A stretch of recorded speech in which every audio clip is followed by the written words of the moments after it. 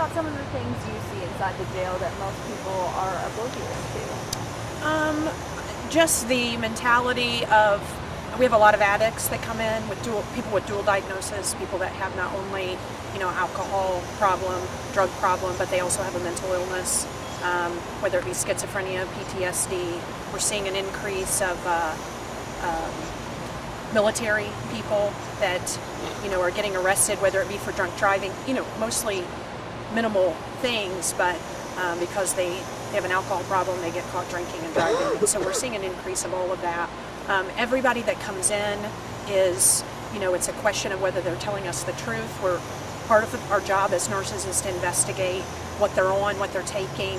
They tend not to tell us the truth, so we start out in reverse gear a lot of times, and that's frustrating, but trying to get to the bottom of it, because they think that we are sometimes their judge and their jury, that they're going to get extra time if they tell us the truth, and so they tend to hold back on telling us the truth. So we have to be creative in how we ask and things. So we do have mental health on staff 24/7 on phone call, and then our practitioners also.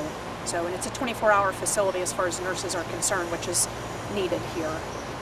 And you're obviously doing the best you can, but a jail's not necessarily the best place to help the mentally ill. So is it challenging at times?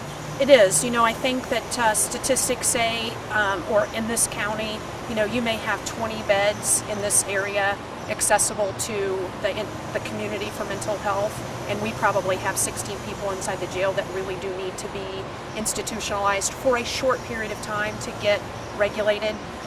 The problem is they come in, we get them medicated, we get them on the right meds, they start feeling well, then they refuse because, well, I feel well, I don't need that medication anymore. So we really push and educate for them.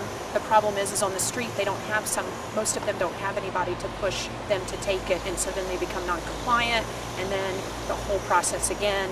They come in, we ask them, have you been taking your meds? Well, I haven't had it for 30 days, 45 days. Why? I ran out. I felt better. Lots of excuses. And so here it's very structured. They eat the same time every day. They have visits the same time.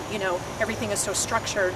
And so it's very easy if we keep them long enough. That's the goal. 99% of them leave here in better health than they came in, because if they stay long enough. But the problem is most of them, stay 2, 3, 5 days a week, and you can't.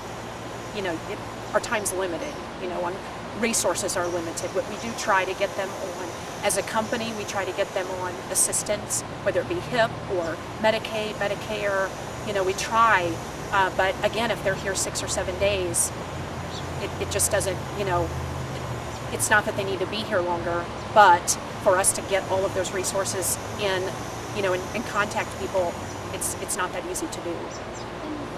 Like we were talking, a lot of people turn the blind eye to the jail. Why should people care? Why should people? Well, these are people that you live beside. I've been doing corrections for 15 years, and I think the average person walks by a murderer, 36 times in their life. And so people don't realize that the people that you're eating supper with, or people that you go to church with, even people you socialize, you live beside, have a past. And I think that if we all think about that and we acknowledge that, knowledge is power. And so if we take that as a team approach, then I think we can help these people, a lot better. But people don't want to talk about jails and prisons. It's a sore subject. It's a taxpayer. I'm a taxpayer too, but if we help them, then maybe the recidivism will go down, is our hope as a company, and as a human. I think that's what we need to do. But education again is power, and I don't, to get it out there is about all you can do, so.